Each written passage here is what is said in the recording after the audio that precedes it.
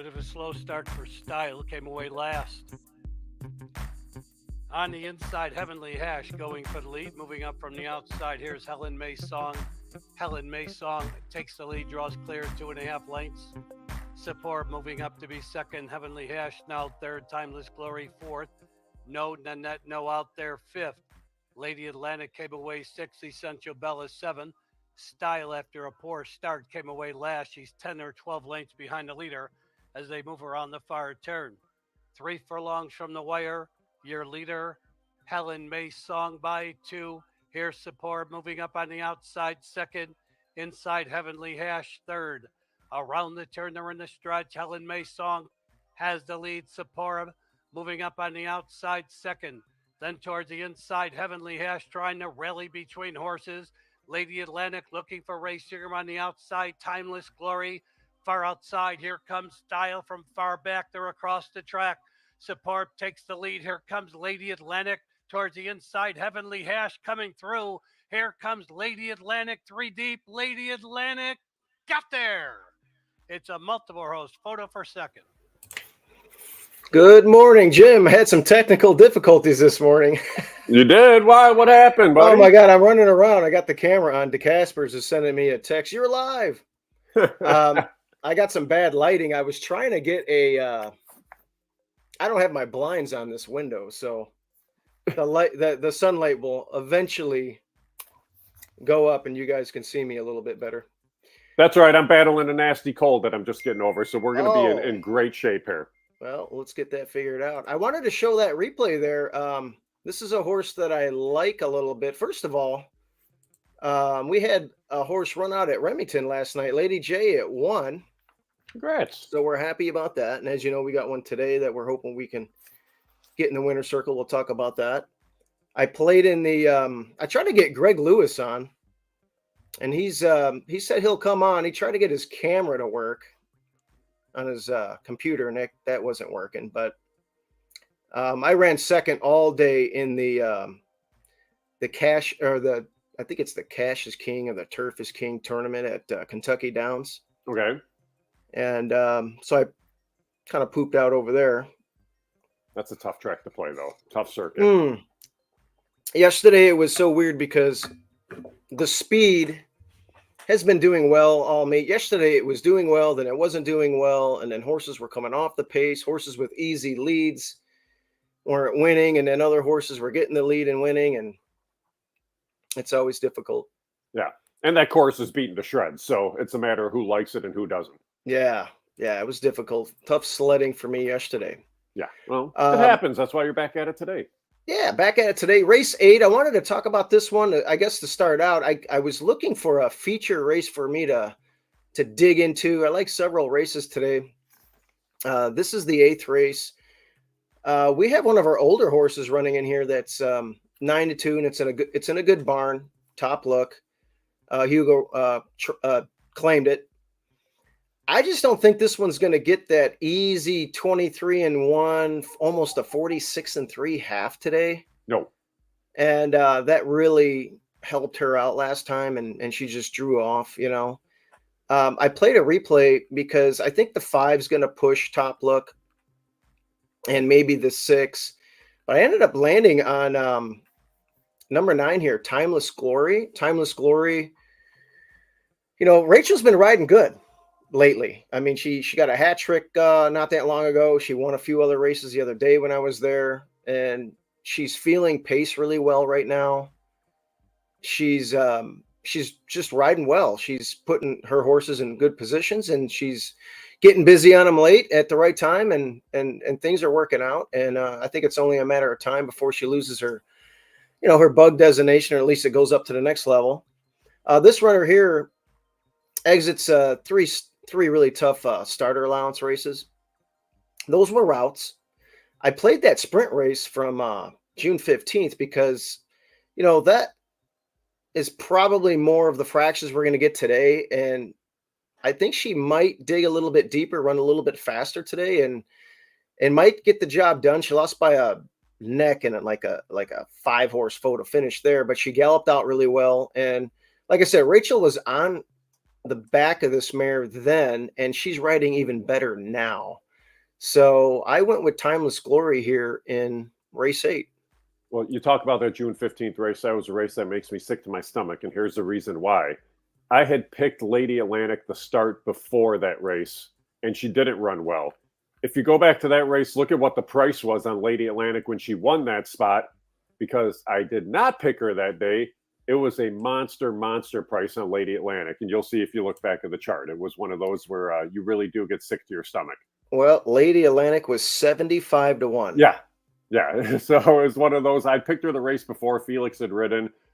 Felix had gotten off for this spot to ride Helen May's Song. Lady Atlantic had Blanche that day and ran a good race. The question is, I just don't know how great that race was that day. It was one of those where I think some horses regressed into that spot. Superb, I thought, ran okay in there.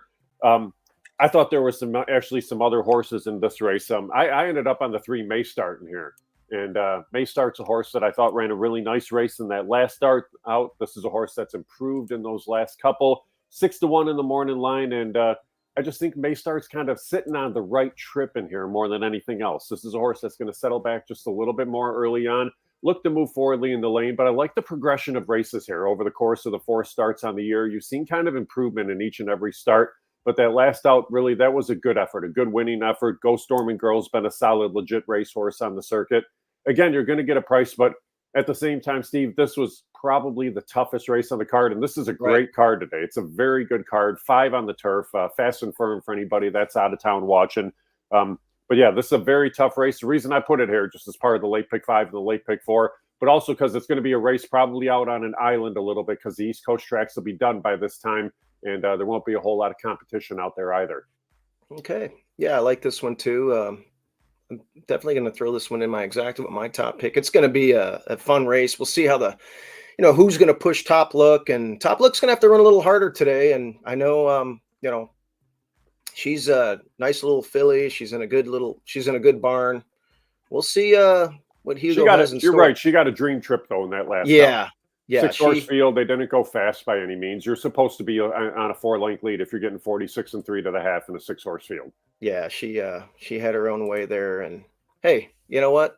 That's horse racing. A pace makes the race. That same pace probably doesn't happen today, and I'm hoping that my top pick can get it done. What's the next race you want to look at? Go right to the start, man. All right, yeah, the 2-year-olds. Yeah, I went 3 straight 2-year-old races to open up the card here today.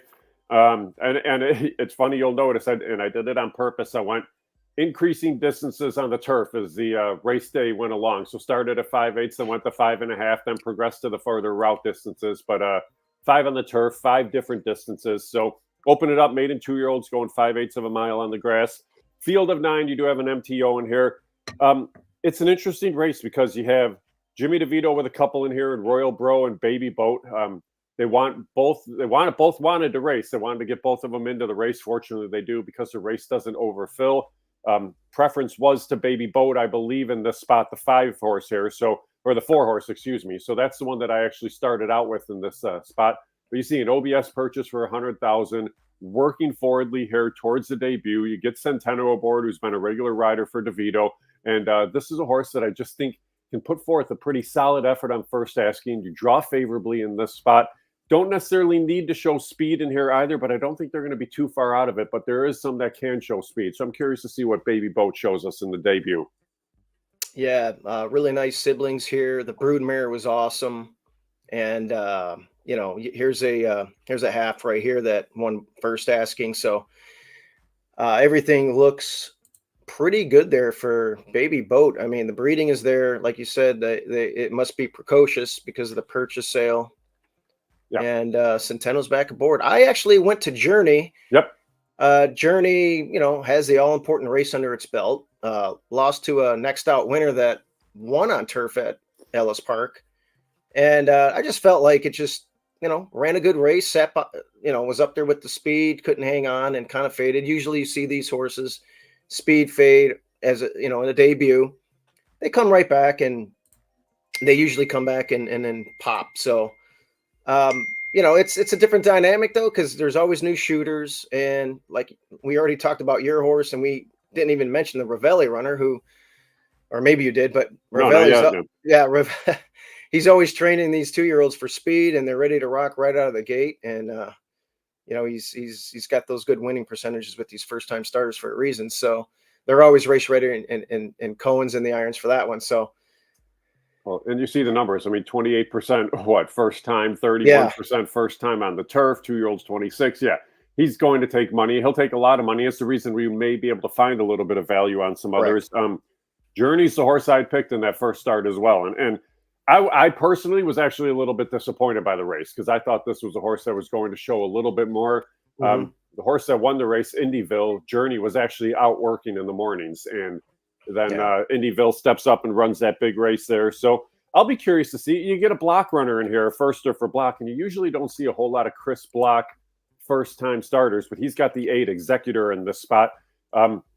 This is a horse I've been watching. Yes. He comes out on the track late in the mornings, usually works in company, handles everything very professionally. And then that last work, that was a solid drill there. They asked the horse to go a little bit on September 1st, and the horse definitely responded nicely. But I don't mind the outside draw usually, but when the rail's all the way out, it can be a little bit tougher to navigate on the turf. And the rail's all the way out at 20 feet. So usually want that inside trip just a little bit here. And I'll be curious just to see kind of how the course plays because it will be firm. We're rolling the turf course before races begin today. So it'll definitely be flat as a pancake, but this should be a fun race to kick off the card. Yeah, my notes on this one are better, longer, question mark. This looks like a pretty classy runner. I looked at some of the siblings here. This one in particular, one first asking routing. But yeah, I mean, if you're good, you're good. I mean, Zenyatta won at 7 panels first asking. So, right. But that was my notes on that one. It definitely can win. This is going to be a fun race. We might have a future superstar in here somewhere. Yeah, it is. It's a good race. I was happy it filled. And it is one of those things, and you're right, because this race, we had this race up at 5/8. We had a race at 7.5 for 2-year-olds, and a couple of those, including Executor, was one of those that came from the 7.5 race that didn't fill to run 5/8 first out. So they're definitely wanting to go longer, but still, you can't completely toss Chris Block first time out with a horse on the grass. So see how things unfold there in the opener. Well, let's go to the next 2-year-old race, I guess. Sure. The maiden claiming event, and 5.5 panels. I didn't really have a strong opinion in this race. You do have a couple of first-time starters, a few of them actually. I like Joe Campbell is in my brother's barn, and I think my brother has a horse and my dad that worked with this one, and I know that my dad's got a really fast 2-year-old that worked with this 4. And I would probably land on this one just because of that. But other than that, I don't have a strong opinion. It's funny, you're on that one. I'd be on the other Joel Campbell here, the one that has a little bit of experience. So, but that's okay. Racing the Light is a horse that, has been working very forwardly towards this debut. I think they're going to be a threat in the spot. I tend to wonder if they're going to need a start or not. We'll just have to wait and see because you do have that couple of gate drills coming into here and both of them going a half mile. She stopped short. I know they were pretty high on this horse first time out. The horse took a little bit of action in the 3-horse here, but was sent off at 5-1 in that spot. And there was a decent field in there that day. Made a little bit of a middle move after getting just away rather slowly. This was a horse that got cut off coming out of the gate. And then after that, in that second start out, thought that was a better effort. Rogue Diamond was a pretty good winner there from the Ravelli barn. This horse chased that horse into the lane. You keep Centeno aboard today. I was a little surprised actually to see the drop in here for 25, but she stopped short. I think has a little bit of ability, and you're going to catch a price again because you do have a couple of Ravellis in here. You got a Hugh Robertson in here, so I'll be curious to see just kind of how things unfold price wise and for the betting. But the Ravelli horses are going to take action, so both Joel Campbell horses could provide a little bit of value. Yeah, I mean, there's the classic again. Speed Fade, Angle, and also, the biggest drop in racing is maiden special weight to maiden claiming. And this one might be with the experience and just is fast anyway. Right. And it's a short field. I mean, it's only 6 in the field. So you just need a better break. And I think you're going to get it in here. Don't necessarily need the lead to win either because the Ravelli horses will be on the gas from the start. Right. But here's the other thing too. Normally, Larry's 2-year-olds, if they're really top-notch 2-year-olds, are running maiden allowance first out. And both these horses are in for the tag at first asking. So maybe not up to par with some of the others in the barn, and he has a lot of Right. 2-year-olds in the barn, so something worth taking note of too. Right. That's a good point. All right. One more race. I do like a horse in here. This is 5.5 panels This is a fun on the race. side. Yeah. And where did I land here in race 3? Oh, I landed on a bomb. I landed on Chevelle B. Okay. And I like the breeding of this horse. It has although it only worked with a 4 sample size, it was a bullet, but it seems to be moving forward. But I like the breeding of the horse. The brood mare was pretty decent on turf, and I had a really nice sibling that was. I remember this horse out west that won the Cecil B. DeMille out there at Del Mar. Multiple graded stakes placed and a stakes winner on turf. So I don't know. That was my thinking there. With everything being even, the breeding angle and the price kind of put me over the top here for Chevelle B here. And why not? There's nobody that's a massive standout in this spot. So I could definitely see that. I know the 9, Jay-Z's Last Chance, they were very high on that horse in that first start. This horse ran in like the first 2-year-old race of the meet, and then everything went wrong for the horse in that first out. And then since then, they've been away from the track. So the one thing that did concern me with Jay-Z's Last Chance was after that race, it took almost 2 months to get back on the work tab. So that was the one concern for me, although you see the works are pretty good. But if you can pull up a replay, go to the 4-horse, Bella Vittoria. Yeah. Pull up the replay of that debut if you don't mind, because it's one of those. This is the 5-horse in this spot. Watch this horse out of the gate and then watch the horse on the backside, because it's a horrible break. And then when you talk about rush into contention, that's exactly what this horse did. So you're focusing on the 5-horse here. They're off. Oh boy, jeez, you're spotting the field 8 or 9 at the start. But then watch, instead of letting them settle, it's on the gas and go. Yeah, and you're probably what, 5, 6 deep out there? Yeah, they're in the center of the track. But look at the acceleration though out of this horse here. Yeah, wow. Show me the light, less than 3 furlongs. That's pretty good. Yeah. So that's who I ended up picking in this spot, and it's all going to come down to the break. The one thing that, again, we talked about it a few weeks ago, Heiser rules were changed early on in July that don't allow toe grabs anymore. And kind of what that means is it's like a baseball player wearing spikes on a baseball field. You want it for traction. Well, horses would want traction out of the gate, but for some reason they're no longer allowed it. So you get some of these horses that just when the gates open, they go to grab the ground and there's no grip anymore because they don't have the toe grabs. Well, it's a whole different world on the turf. You're going to get much better footing out of the gate, should be able to break much quicker in that spot. I think the shift to the turf is somewhat for that reason with Bella Vittoria. And I think if this one breaks and breaks sharply, this is a horse that could very easily find itself on a 2-length lead going into the turn and making everybody try to catch him over a firm turf. So I think that's the reason for the move to the grass. But this is a horse that showed it can be very fast, because they ran very quickly for about a half mile in there after a really poor start, then just got kind of tired late. But I thought that was rather impressive how that horse ran. That was a significant trip note there. And, Speightstown, this one here for Brittany might be on the muscle. Just break clean today, and it might be lights out. Right. So, yeah, it'd be interesting to see there. I'm going to probably fool around with that one and my little bomber play that I just have a hunch about. And we'll see what happens. But, yeah, the work tab strong on the 4, and that replay is. And, again, you're going to get value. Right. It's race 3 on the card, but it's the 10-horse field, early pick 4, early pick 5. But if you think about it, it's Ravelli on the rail. You have 2 Chris Block horses, a Louis Roussel horse. So you're going to have some horses that are overlooked in here. Your horse 100%. Definitely will be overlooked. And that's one of the things. Why not take a shot at a bomb, especially in a baby race? Yeah, that's what I was thinking. All right. Where do you want to go next? Talk about Danny's race 4, man. Oh, let's go right to race 4. Yeah. So, of course, I'm picking this horse. Looking for Revenge is interesting runner. We tried a couple of different things. He's always been good on synthetic. He ran well on turf out there out west. So we wanted to give him a try on the turf.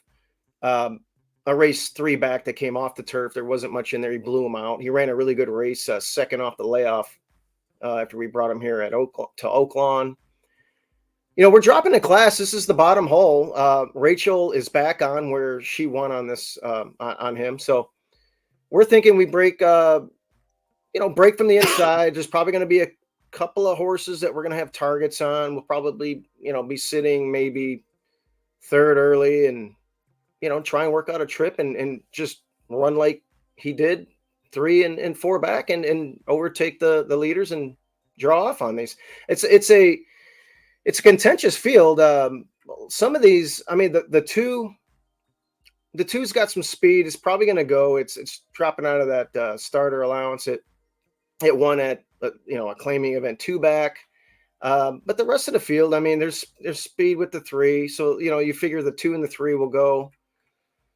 The key horse for you in the race might be the 7. Actually, this is a horse that scratched out of a race on Thursday for the spot. But again, they're going to go. Horse early, geez. So there's a lot of speed in here, and we should be sitting, just waiting. And these guys are going to knock each other out, I think. I think, I think your horse and then Unified Weekend will be the 2 horses that are there at the wire, most likely.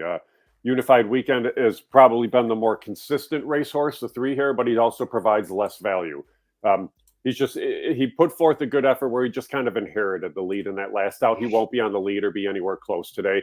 Here's the scary thing about a horse like Unified Weekend, though. You see claimed out of that start 4 back, and then the horse wins by 2.5, and they had put in a claim, and the claim was voided. And that was after being claimed for 4 straight starts. So that's one of the things that, for those that don't know, every horse that's claimed goes back to the detention bar. It has to be reviewed by the vet at that time, and the vet makes the determination. And it's just for protection of the person that's claiming the racehorse for not getting a horse that could maybe be coming out of the race lame or something that they see off a little bit or something that the vet doesn't necessarily like. So that's the one thing that when you see a voided claim, it's probably the reason the horse has run 2 starts since and not been claimed, because the horse could have very easily been claimed out of those 2 races.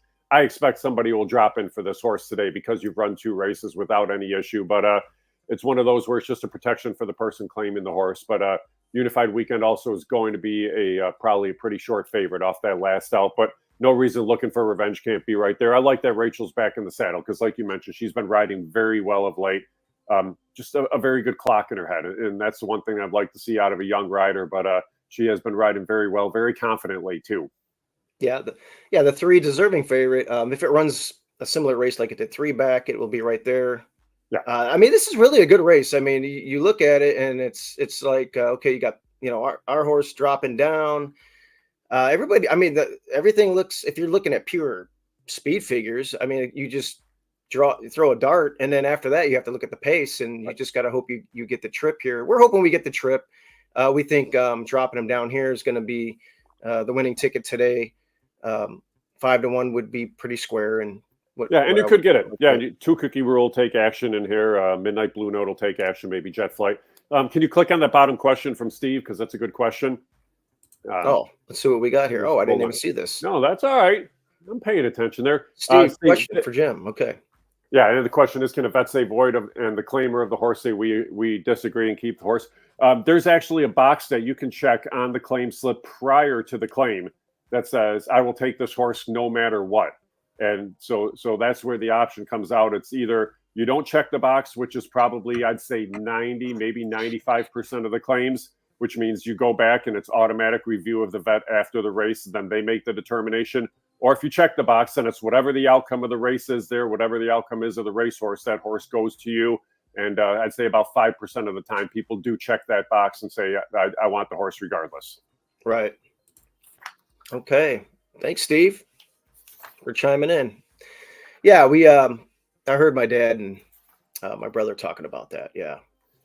Yeah, and I mean, it is something where you'll see, because there's some people that for example, and I'll use Larry as a good example again. There's horses where they'll get near the end of their career maybe, and Ravelli's owners who have some money will want to retire the horse, and they'll just claim a horse and check the box and say, we're claiming it to retire the horse, and turn it out. And regardless of what happens, they're just going to take the horse regardless of the outcome of the race. So it's something that definitely does happen. I've seen some other owners do that in the past too.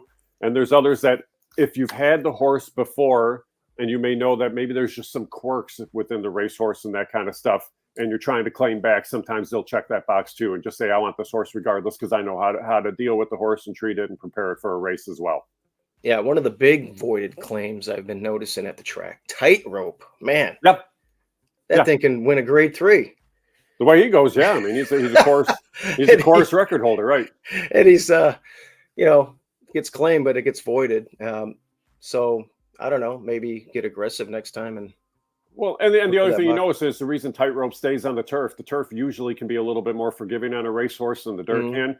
And that's the reason they do stay on the grass there. But it is one of those things where, yeah, tightrope's gone by and slid by a couple of times there, and other times has been claimed and voided for sure. Let's go to race 5. Race 5 is, I thought this was an interesting race because I was looking at a lot of different things. The rails being out is very interesting now because I was looking at my namesake here, little Steven, originally, and with the rails out, maybe a little bit more. But then I kept looking at the pace of the race, and I'm like, oh, boy. He might be the speed of the speed. He might hug that rail. But then again, things might get really spicy. I know you've always been or not always, but I think you picked Sharp Stick. Yeah, I picked him second in here. In one of your races. I went to a price horse. I went to the 7 for Vance Childers. Look, I know this one hasn't routed before. And I think if it did, it was bad on dirt, maybe. I have to look. But actually, it was on turf, but something happened. Just I'll draw a line through that race because it wasn't normal that day. But I don't know. It's in good form. It's always been a better turf horse. Every time it got washed off, they ran it anyway, and it ran like crap. And when it stays on sprinting, I just wonder if it can get 2 more furlongs here and just relax and maybe be a little bit closer, but maybe sit in the catbird seat, maybe 2 lengths off, 3 lengths off on some point, work your way and get covered up if you can from the 7 and behind all that speed, and then maybe make a run and get 2 more furlongs. It's just a hunch. The reason why I'm picking it is obviously the price. Yeah. I'm hoping it can do that. It could just sit, relax, get covered up at some point, and maybe explode. I don't know. I have to. It's just a question mark. I don't know if it's going to be able to get 7.5 and go 2 turns, but I'm hoping it will because it's just as fast as many of these other runners in here. And if it can, it could pop. I picked him third, so yeah, I thought he had a shot too. Couple things to make note of. He runs for the $30,000 tag and a $20,000 claimer. Being an Illinois bred, you can run for a 50% higher tag. It means they like the horse. It's not like they're putting the horse in trying to get claimed. They're putting the horse in trying to run in a spot where they thought they could be competitive. And if someone wants to claim the horse, they got to pay a little bit more money for it. It's a completely different racehorse on the turf. This is a horse that's been just a much better racehorse this year as the year has progressed, but it has kind of coincided with the move to the turf. So yeah, I thought he was in with a big shot. I think Little Steven and Secession are probably going to go out there and kind of beat each other up on the front end between the 5 horse and the 8 horse. So because of that, I think they're both going out there and maybe even ding-donging it a little bit on the front end. To me, it's just, I think it's going to be really hard to beat the 9. My brother Keith, I think this is almost one where you're trying to grab a victory, and if somebody takes the horse, that's just fine, because Brittany claimed this horse for $16,000 at Ellis. They tried the allowance. Now they come back. Okay, they're in for 20. So it means if you win and you get a purse and you get claimed, you're still ahead of the game. We know these owners. These are guys that have played actually in the NHC too. It's Tim Kinlan and Wes Herrick. They were guys that were sitting right over by our setup in Vegas. Very good guys, good owners, but they're very smart. They're very reasonable. They know the game. They're not treating the horses as pets by any means. They're knowing that they want to go out there and run and win races. So I think they're spotted to win here. That's who I went out with on top. Again, not a whole lot of value, but if you're looking for value, it probably is Poncho Attack, the one providing a little bit of value in this race. But I think you'll get a decent price on that one. But I think this is a horse that's spotted to win. Yeah, 100%. I have my notes here, deserving favorite, and everything you mentioned pretty much is spot on. Yeah. The one hard thing, I mean, the 9 hole at 7.5. It's a short run into the first turn. The 7.5 start is basically right where the mile 70 start is on the dirt. So you're coming out of the gate and you have to cross over. You have to find a spot there. I'm sure Amy's going to try to show a little bit of speed. maybe tuck in behind little Steven in succession. So if you see him sitting third and tucked in halfway through the first turn, it's going to be very hard to beat him. But if for some reason he gets away a step slow and gets hung wide, then it could be just an absolute chaos race too.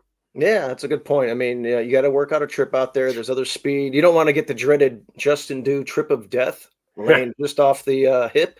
Yeah, on the backside on the turf. But it's going to be a rider's race too. I mean, I'm just going to roll the dice here. I'm going to say, hey, it's not a bad Poncho roll. Attack? Yeah. Can this horse get 7.5? 2 more furlongs. Let's do it. It's like I said, it's a different racehorse this year. Why not? Yeah. I don't see any reason why not. I can see that horse being a definite threat. Yeah. All right.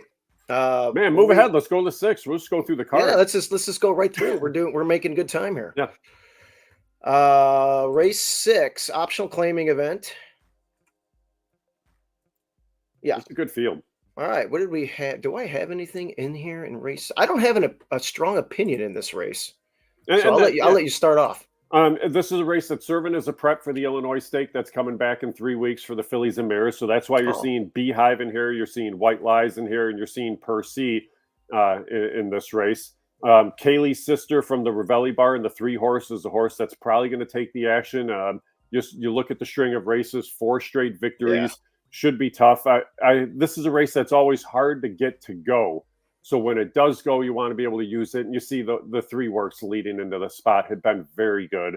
Yeah. I'm going to be curious to see what the pace scenario is of this race, only for the fact that Kaylee's sister can go, but doesn't need the lead. Right. Normally, you would have said that the 6 Percy was a horse that was going to go, but then Percy, the 6 horse in that last out, that was a really good and surprising race. That ride by Adamar Santos was fantastic because it was always kind of send Percy, go as fast as you can, as far as you can. And you see a lot of times the horse just kind of sputtered out. Santos took just a little bit of a hold of this horse in that last out and said, okay, we're going to try to teach her how to rate, which is hard to do when you have a horse making her 19th start as a 5-year-old who has ability. But she showed that she could do it. And I think it surprised everybody in that spot that she wasn't on the lead early on. They did go super fast. You see, they went 45-2 to the half. Right. This horse had a ton of run late, but it wouldn't surprise me if it's a very similar trip out of Percy again from the outside. Maybe Boyce has the other one and Beehive gets sent away and this horse rates and runs on late. But it's a good quality bunch. And then Can't Believe It is the other horse that could show a little bit of speed. But this is a pretty solid bunch here. Yeah, this is a solid bunch. I remember Percy from Arlington winning, I think, a big 2-year-old race out there. Very talented early on in her career. Yes. Should look. Yeah. Well, it was at Hawthorne, actually. Yeah, she broke her maiden at first asking, though, at Arlington, and it was an impressive race. By 13, yeah, that's right. Okay. Yeah, I remember that. And she's always been good. And Illinois bred that can run like that, you're going to make a lot of money. So it's nice to have one like that. Right. And I'll be curious to see. She's in for 75. So it's one of those where you're rolling the dice a little bit. Is somebody going to jump in for 75,000 to take this horse to wheel back for the Illinois Stake? There's only a handful of trainers that may do so. The thing is, at 75,000, you're going to have to win that Illinois Stake plus a few other races to make back that money. What's the purse on the Illinois Stake? 75. Okay. So you're going to have to win that race. You're going to have to come back and win at least another and then possibly get claimed. So it's a little bit of a roll of the dice, but to them, if they run this race, win, get claimed in that, they're actually making over 100,000 out of it. So why not go and at least take that shot with Percy?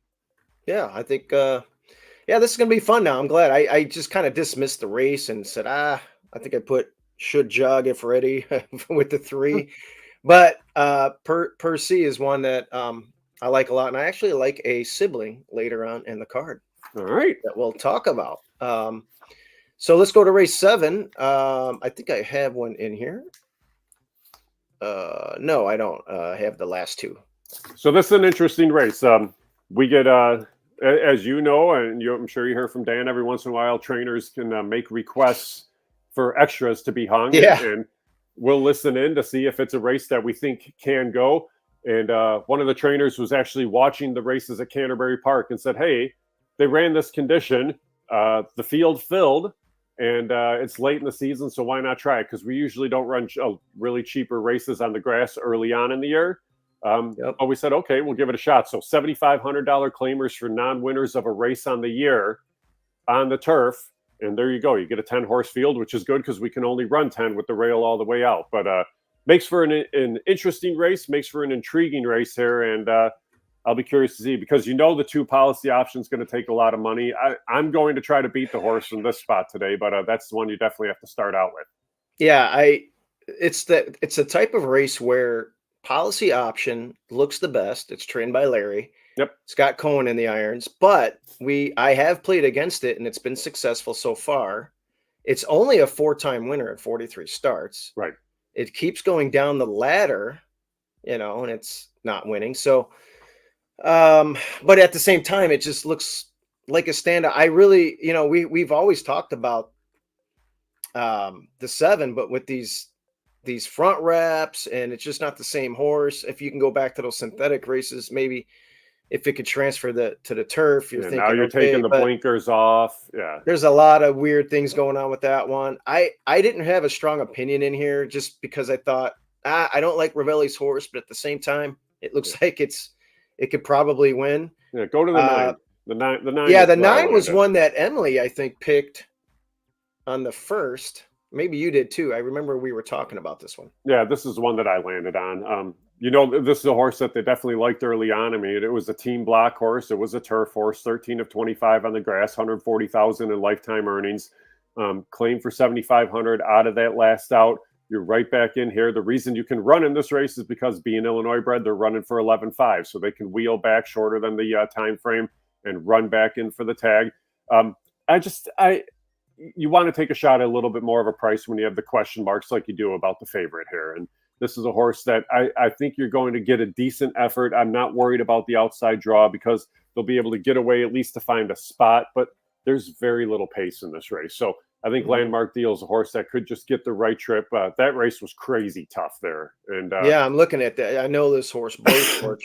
Yeah. That one got an 80 buyer next time out. Well, right. And Soul Coaxing and Sailing Solo. Mhm. Sailing Solo is running for 25 on Thursday. Soul Coaxing's been very good as well, too.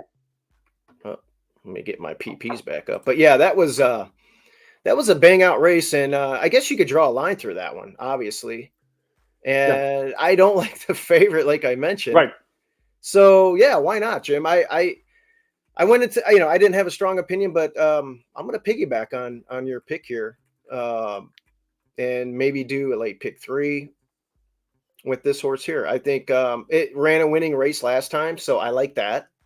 And if you look at some of those turf races when it sprinted, right, those were pretty good for 25 a year ago. Well, you see Tightrope, that August 10th race, look at the winner. There's Tightrope right there. So you got the company lines down there, and it routed successfully last time. Run that same race and improve a little bit on turf, and boom, there you go. Yeah, and you'll get a better price, definitely. And you'll get a better price. I like it. Yeah. All right. Yeah, I'll piggyback on that one. Race 8. Didn't we talk about this? Yeah, that's the one we started out with. May start again. Let's just touch real quick on the 3 May start. One thing, this is a horse that I thought that last effort, the horse kind of figured things out again. And this was a horse that early on in his career had run some decent races. He had to even go all the way back to when it was racing at Arlington to find some solid efforts out of May start. But really just to back in a spot that was a good spot, was a winning spot in that last out. I like that they're well placed here. Again, they're not asking for too much out of the racehorse. So that was the key, because sometimes every once in a while, Carlos Ramirez will run his horses a little bit higher than they belong, but this horse is very well spotted. Yeah, and I'm going to hope that Rachel on Timeless Glory can, work out a similar trip that you're looking for out of the 3 and, win the race. We'll see what happens. Okay. The last race, I believe this is the one where I have a sibling to Percy. Yeah. It's got to be the 2, right? No, who did I pick here? I picked the maybe it wasn't. Maybe it wasn't that one. Is the 2.5? I'd have to look. I don't know if it is or not. I have to look. I can't remember if it. No, it wasn't. No, it's not. No, it's not. Maybe it's the 12. Okay. I picked it. Is the 12 going to get in? That's the question. Maybe. Only for the fact, and the reason I say maybe is you do have some horses shipping in from out of town. So I haven't heard if some of these horses are coming out or not, but Connor Murphy sending one in, Jose Camejo sending one in. So there's the potential that you have a couple that may or may not go, and then even a horse from Catalano's Barn and Bag Lady that I don't know if they're coming in or not because he's got 2 in the race. So there is potential for this horse to draw in. Okay, I must have a pick earlier on the card that has a half to Percy because I made a note of that. But if the 12 doesn't get in, I actually went to the rail. How do you say that? Noriskit. Oh, you're looking at Journey, by the way. You're looking at Journey. Journey. Oh, it's Journey. Journey's in race 1. That's okay. Journey's the one that I picked. That's a half to that one. Okay, that's where I landed on that one. Plus, I like that one. Speed Fades, getting to turf. Lex Out Winner. Yeah, okay, that's right. So Journey is the one. That's the half. So anyway, if the 12 doesn't get in, I went to the 1 here. Okay. I'm hoping the 12 gets in. But if it doesn't, I think the 1 might work out a trip down there. The rail is kind of, the 12 would be kind of problematic today. But man, this horse ran against a buzzsaw out there at Ellis Park. I know it split the field. Well, it ran 7th out of 11th, but that was a tough race. And I feel like this is going to be a little bit of a step down in class today, and it might pop here at 8-1. So that's where I went there with that one. I watched the replay of this. I'm not going to show the replay, but Agra has just been in great form. 2 in a row, 1 routing, and then they sprinted it, and it got a big number there with 89. So, I mean, those are the type of horses that this one was running against, and that was its only turf run, and it was a good one. So I'm hoping it can just improve a little bit here. Yeah, and you're not shipping thinking that you're coming to not make any money. So that's the thing. They're definitely, I think they're going to be a factor. I don't mind the inside by any means. The one issue I had with this race is a 10-horse field, and there's not a whole lot of pace. I ended up actually on the 2 Arcady Bug in this spot, only for the fact that Arcady Bug I think could be the only speed in the race. This is a horse that's gone out there and always close. Chased in that last up, but had to chase from the 10 hole there. Now you move over to the inside. Julio. It's a much different race. Julio's been very good on the turf. He's had a very good meet, actually. Yep. But Arcady Bug's just been solid in each and every start. And this is a horse that got through for that state bred allowance. So now you're racing in the open allowance. But outside draws, those last couple, move to the inside. Again, the rail's all the way out. The speed should be holding. I just think this is a horse that might be able to go out there and even catch a breather on the front end. And if they can do so, it wouldn't surprise me if the horse kicks away late. Yeah, pace makes the race again, and you're going to get the golden rail potentially. I'm hoping that the 1 will show a little bit more speed from the rail, maybe track that one. But we'll see. 4 seconds on the Hawthorne turf course. So this might be the 5th time, might be the charm. And well, it could be another second, right? Exactly. So it's definitely something to look to there. If you want a price, check out the 9-horse Church Pew. I love Church Pew. Yeah, this is a horse that I know Cody Rosine was very high on. He was all over this racehorse when it won in that start 2 back. I was talking to him prior to the race. He was really happy with the effort, 30-1. My God. That last out was a better race than even looks on paper there. I mean, you were beating a length and a quarter for all of it at odds of 17-1. Same level. You look, you're right behind Arcady Bug, only a half length behind Arcady Bug at the wire. But this is a game horse. Church Pew, Jim. I actually picked it on our show last time, and if you look at the internal fractions there, they went half panel shorter, and they went way slower. Yeah. And if you remember, without watching the replay, it made a huge middle move. Yeah. And it just flattened out. So I was all set to pick Church Pew, except for the same issue that you said. I'm worried about the pace scenario, and we'll have to see if Hernandez can work out a trip, and maybe, I don't know if we're going to have to move early again. Or are we going to be a little closer? But I like Church Pew and has really responded since moving to the sod. And, it ran on the Kentucky Downs, you can throw that one out. First of all, it's tough, and then B, it's just the crazy circumference and surface. So but it's really responded well here since coming to Hawthorne, and it's 100% one I'll have in my trifecta. Well, and Cody Rosine, I mean, a lot of his horses went up to Canterbury, but some of them stayed behind at Hawthorne, and this was one that did stay behind, and for this very reason, he likes this Hawthorne turf, and this is a horse that I think is sitting on a big effort. And again, you saw a price in that last out really for no reason off a victory in the start two back, but I think you'll get a price again. Yeah, I think we will. I don't know. Well, we'll see. 16-1 would be nice again. But yeah, that last race was just, I was like, oh man, look at that 24. And then, I mean, because they went really quick two back and it set up everything and made that big middle move and just flattened out a little bit. So yeah, we're going to see the dynamics are going to be interesting. Two should have the rail, Julio on the lead. I mean, like you said, he's having a good meet and he's already got that Illinois Derby in his hip pocket. So everything is gravy from here on out for Julio. Well, and he's one of those, he's a good veteran rider. When you get out there and you can get on the lead and you can back things down and have a great clock in your head, and you do have a room that does have some younger riders in there. I mean, the ones that at that point when he's on the lead and cruising along, he's really only thinking where Orlando Mojica, Chris Amy, and David Cohen are, because they're the ones that kind of know exactly what he's doing. The other riders are still kind of figuring things out. But Julio on the front end is very tough. It's kind of like for what we saw for many years with Randy Meyer on the front end. They know the clock down to a T. I saw Randy a few weeks ago. It was great to see him. Yeah, he looks great. Yeah, I got some win photos on my wall here. He rode a couple of our Ruby Light back in the day. I'm looking at him right now. Nice. So it is. It's one of those. It's those guys on the lead know exactly how fast they're going and know what they have under them. So it's worth just looking into if he can kind of cruise along on the front end. Jim, today is opening day of the NFL. Yes, opening Sunday anyway. Yes. What is your lock of the day? Lock of the day. Yeah. What's your lock of the day? Yeah, it's a team that was horrible last year, but a team that's getting healthy. The New York Football Giants. Giants. Whoa. Yeah. I think the Vikings are going to struggle this year. The Vikings have a couple of weapons in their wide receivers, but nobody to get the ball to them. I think they're going to be a team that competes for worst record in the NFL this year. So for me, I'm going to look to the New York Football Giants to go out there and win. And then, of course, I'm going to cheer for the Bears. I think this could be a good season for them. So looking forward to it. It's nice. We get to watch a lot of the noon games before we get into races. So I'll be watching. I'll be at Hawthorne watching racing. I'll be having the Bear game on over here. Lisa will get me all set up over there. Yeah, it'll be fun. It'll be a busy day, but a fun day, and it's beautiful outside with a great card too.